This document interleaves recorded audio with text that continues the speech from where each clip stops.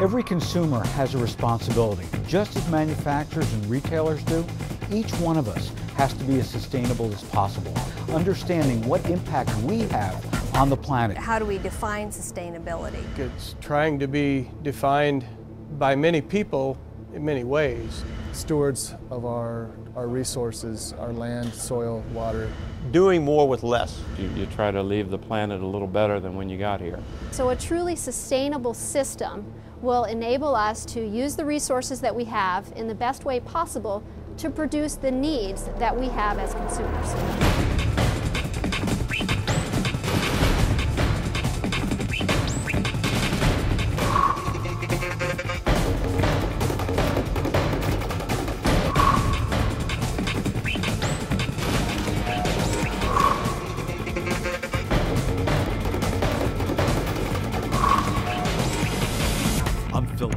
Join me in the next hour for an in-depth, behind-the-scenes examination of our food supply.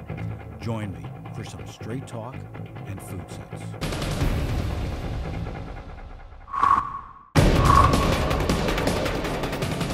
Food production systems of the past have relied on an abundance of water, land, energy, and labor that provided society with nutritious foods at minimal cost to the consumer.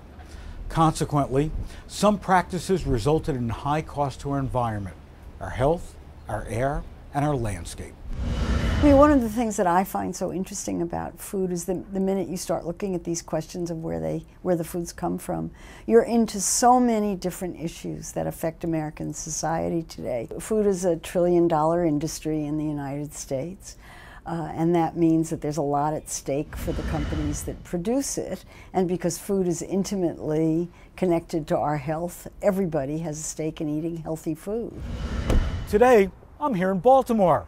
But wherever we go, we all need nourishment to survive.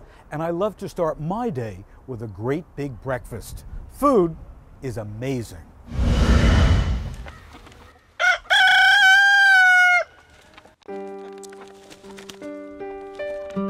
There's nothing more basic than food. Food is the first essentials of life, our biggest industry, our most frequently indulged pleasure, and perhaps the greatest cause of disease and death. But we must begin to understand it. Will we have the same quality food supply in 10, 20, or 30 years? We can start simply by uncovering the mysteries of the food chain that brings us a simple American breakfast, right here at this diner in Baltimore.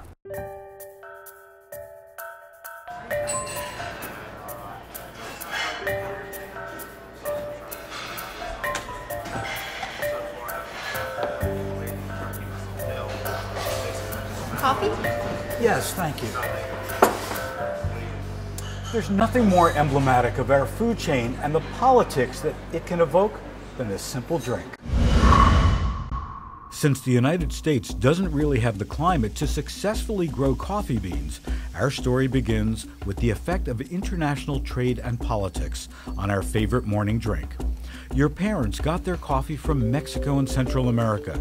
Today, your cup of coffee may have come from anywhere in the world. Sam Quiones, a reporter for the Los Angeles Times, did a PBS Frontline piece on the topic. The most important thing, really, is the price that you pay for food reflects a kind of a trickle down to the people who actually grow it. And I think in coffee's case, that's been the problem. That has not happened, that there has not been this money flowing down to the people who actually grow it. Sí, especialmente se coge, mira, algunos que vienen rojos. Brazil, India, Vietnam, a few others, they've set up kind of a plantation system that has flooded the market with low quality coffee. For years, farmers in kind of more dicey, difficult to farm areas like parts of Mexico, Guatemala, and Latin America got away with producing that kind of bean because they didn't know how to do it any better, and there was really no other competition. But now there is massive competition.